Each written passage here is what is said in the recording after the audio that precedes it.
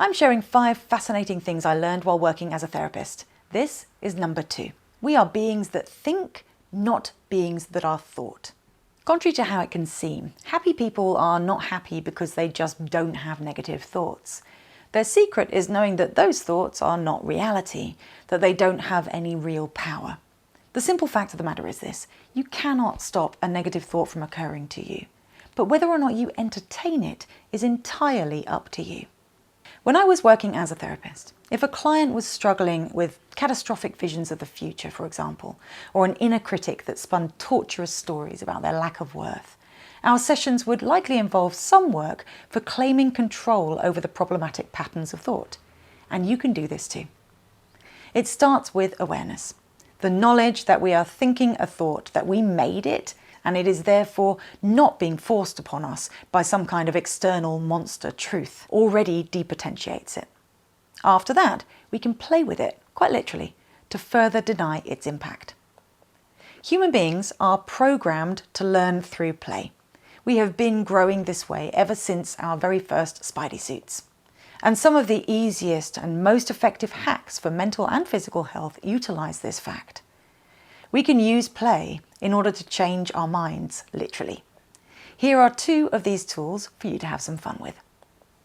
Number 1, if you do your negative thinking in an internal voice, you can adjust the pitch and quality of this voice to change the emotion it evokes. I know this sounds too silly to make any meaningful difference, but honestly, it does. Everything we do routinely has a pattern to it, and that includes the way that we think our thoughts. So you might not have thought about it before, but your inner critic has a certain style of speech and a type of voice, and if you mess with that, your brain will find it much harder to complete its usual pattern and take you to Anxietyville or wherever it is you usually end up. So the next time you catch your inner critic telling you that you can't do something or that people don't like you, make it sound high and squeaky like Mickey Mouse, or low and slow like the tape recorder's running out of batteries.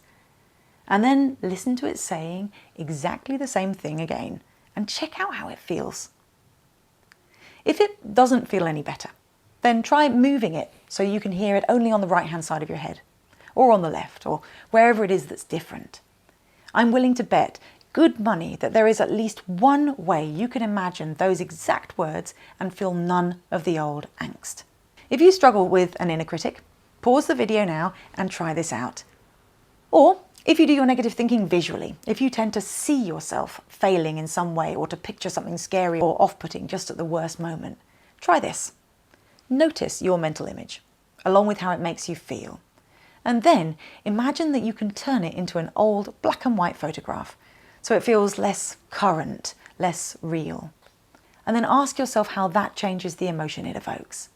Or if that doesn't make a difference, you can change your mental image in any number of ways. Make it brighter, lighter, darker, fuzzy, blurry, grainy.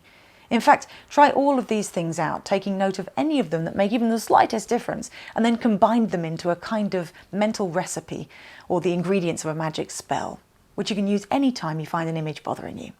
For example, let's say that you find when you make a distressing image slightly blurry, sepia-coloured and small, it feels better. If so, the next time you can't sleep because the image of that embarrassing thing you did today just keeps popping into your mind, then you can take a few moments to turn that image to sepia before blurring it and then shrinking it. And this will tell your mind using powerful symbolic language that it's okay to let go of the thought.